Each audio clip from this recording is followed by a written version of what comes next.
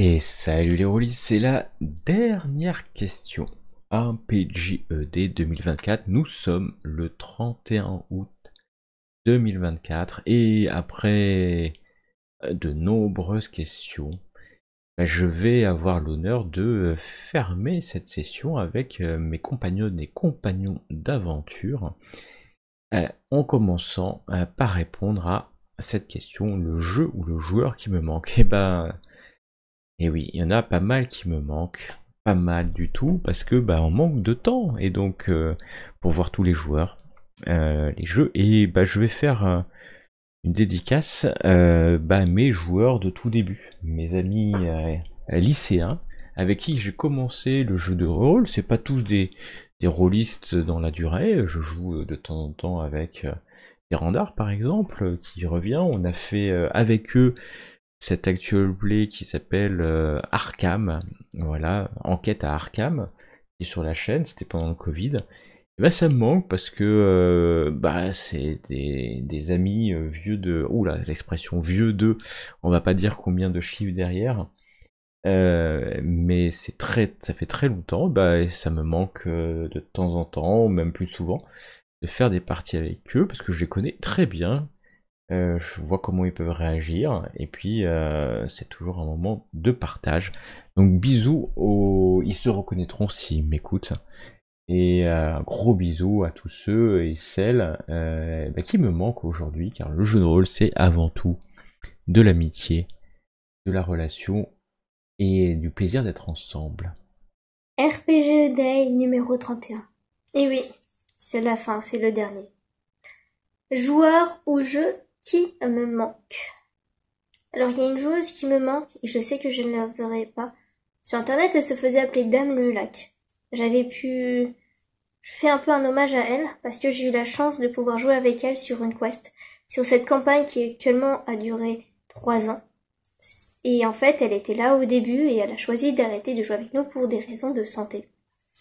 Et plus tard, voilà. Donc j'espère paix à son âme. Grosse pensée pour elle, hommage à elle. Et en jeu qui me manque actuellement.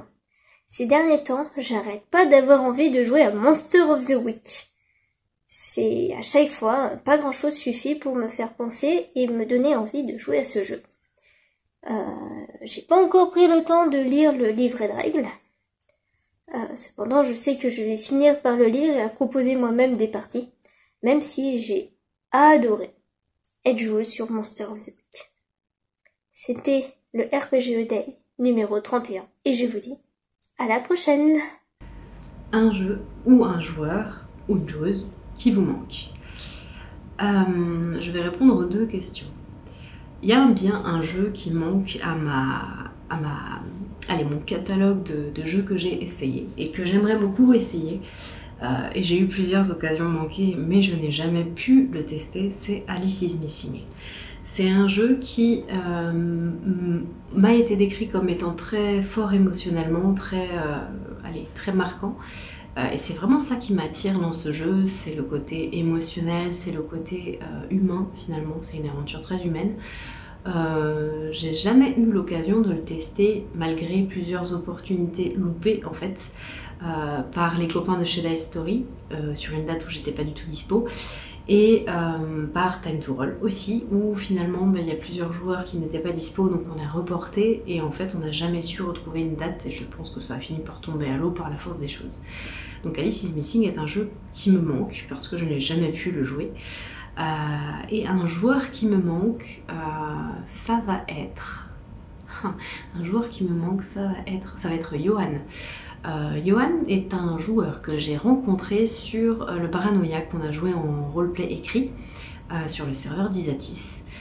On incarnait des personnages qui étaient très différents, qui avaient très peu de jeux en commun, mais ça a permis qu'on se rencontre lui et moi IRL par la suite pour un GN, qui était Clone d'ailleurs. Et en fait ça a très bien marché avec Johan en tant que personne, on a très vite matché, ça s'est super bien passé. C'est une personne que j'apprécie beaucoup et qui vit malheureusement beaucoup trop loin, que je vois malheureusement beaucoup trop peu et avec qui c'est vrai je prends pas assez de nouvelles du tout. Donc, et en fait, par la suite, on n'a jamais eu l'occasion de rejouer une partie de jeu de rôle ensemble. Donc bah voilà, Johan est un joueur avec qui j'ai beaucoup apprécié jouer à l'époque et qui me manque et avec qui j'aimerais avec grand plaisir refaire une partie prochainement. Voilà. Arrive la question de clôture. Quel jeu ou joueur vous manque? Alors de mon côté, j'ai débuté le JDR avec une équipe de joueurs et notamment un super joueur, Ben, qui est ensuite parti à l'étranger. Alors bon, humainement, hein, c'était vraiment quelqu'un de génial, très sympa et cool, mais sa particularité, c'est que je n'ai jamais rencontré quelqu'un capable de faire autant de réussite naturelle. Il avait une chance, mais plus qu'impertinente au dé, à tel point qu'il pouvait se permettre de jouer de manière ultra téméraire, car il était tout le temps, mais tout le temps sauvé par ses jets de dés exceptionnels. Il était notre joker à tous, sur lequel on pouvait compter pendant les parties. Par exemple, dans une partie de Donjons et Dragons, je me suis retrouvée au fond d'un ravin, et il fallait faire une descente en rappel avec plusieurs jets réussis pour réussir à venir me récupérer. Eh bien oui, même avec son armure de paladin, il a réussi cet exploit et a réussi à me remonter du ravin. Un autre exemple, dans Cthulhu, on était dans un couloir, la lumière s'est soudainement éteinte et c'était complètement la panique, enfin du moins pour moi. Et lui, il a réussi un jet qui nous a permis de trouver la bonne porte pour s'en sortir et même un passage secret qui nous a permis de sortir de ce mauvais pas. Avec une telle chance au dé, on a vraiment eu des parties très rock'n'roll et exceptionnelles. Vraiment, c'était une chance, mais impertinente. Donc voilà Ben, j'espère qu'on pourra un de ces quatre rejouer ensemble. Et sur ce, j'aimerais vraiment remercier Time to Roll d'avoir eu l'excellente idée d'inviter la communauté à partager son expérience. Ce fut pour ma part un énorme plaisir de participer à toutes ces capsules et je ne peux que vous dire à bientôt pour de nouvelles aventures et surtout, faites danser vos dés. Alors, pour ce qui est du joueur qui me manque, j'ai la chance d'avoir mes cercles de joueurs, donc j'ai pas mal de chance là-dessus. Pour ce qui est du jeu qui me manque, parce que ça fait longtemps que j'ai pas joué, il y a un excellent actual play d'ailleurs dessus, de ces îles. Je, je lui donne ma visibilité, si tant est que j'en ai, dessus. C'est Fading Suns, parce que j'aime beaucoup Fading Suns. C'est un jeu qui regroupe, qui transpose en fait notre histoire, on va dire, dans les étoiles avec les âges sombres. Là, on est en plein âge sombre dans Fading Suns, mélange de science-fiction, de médiéval. Euh, Franchement, c'est un jeu qui est plein de bonnes idées. C'est un jeu, je ne comprends pas qu'il soit pas dans les grands classiques de la SF, tellement il est rempli de bonnes idées. Et pareil, il est très très bien écrit. Il nous fait voyager à chaque chapitre. C'est peut-être le système, je sais pas, qui pose problème à certains. Bon, bref. Bon, en tout cas, moi, il me manque. J'ai envie d'y jouer. J'ai envie d'y faire jouer. Et à chaque fois, je repousse. Ah, c'est un petit peu ma faute. Allez, Fadington, à bientôt. Alors je pourrais dire que toutes mes campagnes passées, tous mes joueurs et joueuses passées me manquent. Parce que quand une campagne se termine, c'est une page qui se tourne. Et des fois, on y repense avec nostalgie. On se dit, ah, j'aimerais bien... j'ai adoré les Consents KG, j'aimerais bien rejouer. Par chance, on a pu faire un one-shot, une sorte de scénario secondaire avec les mêmes joueurs. C'était un vrai plaisir. On peut pas toujours faire ça. Et la joueuse qui me manque le plus, évidemment, je suis obligé de lui rendre hommage aujourd'hui. C'est Anne Vétillard qui m'a été présentée par Kylian, nous a été vraiment, enfin, qui a beaucoup joué avec nous à Pax Elfica, qui jouait une druidesse mémorable, et c'était une joueuse extrêmement investie.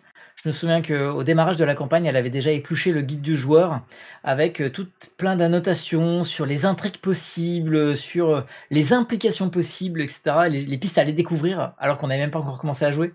Et elle a fait ça tout au long de la campagne. C'était vraiment un moteur de jeu impressionnant. Et malheureusement, elle nous a quittés cette année. Voilà, c'est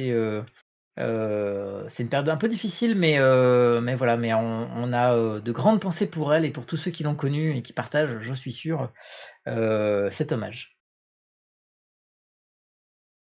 Alors, je vais parler du jeu parce que les joueurs avec qui j'ai joué et qui me manquent ne parlent qu'à moi. Et donc, je vais pas parler de mes amis que je ne vois plus. Rêve de Dragon, en fait, j'en ai parlé plusieurs fois sur ces 31 jours. C'est un jeu que j'ai beaucoup, beaucoup aimé. Je crains que les règles soient devenues un petit peu lourdes par rapport à nos usages maintenant. Elles sont très très bien foutues, mais elles sont quand même assez lourdes. Et les scénarios de Gerfo étaient toujours un délice en fait de découverte à chaque fois avec enfin voilà, cette qualité d'écriture onirique. Moi, j'ai essayé d'écrire des scénars pour Rêve de Dragon, c'est impossible pour moi. Et donc c'est un jeu qui me manque, mais il faudra que je retrouve l'occasion de relancer ça. Je me fais embêter par le chat pendant le tournage. Regardez-moi ça. Regardez-moi cette bouille. Comment elle ne veut pas me laisser travailler. Hein? Tu vas pas me laisser faire des RPG? Tu préfères que je te donne de l'attention? Bah oui. Bah oui. Allez, maintenant, on me laisse bosser. Du coup, RPG A Day, 5e jour. 5e jour pour la question du le JDR mieux écrit selon vous. Et je crois que je suis bonne pour la recommencer. Petite vidéo bonus, parce que je tiens à remercier l'équipe de Time to Roll et Kylian de Time to Roll pour justement nous avoir proposé de faire toute la série de vidéos en avance pour le RPG Day.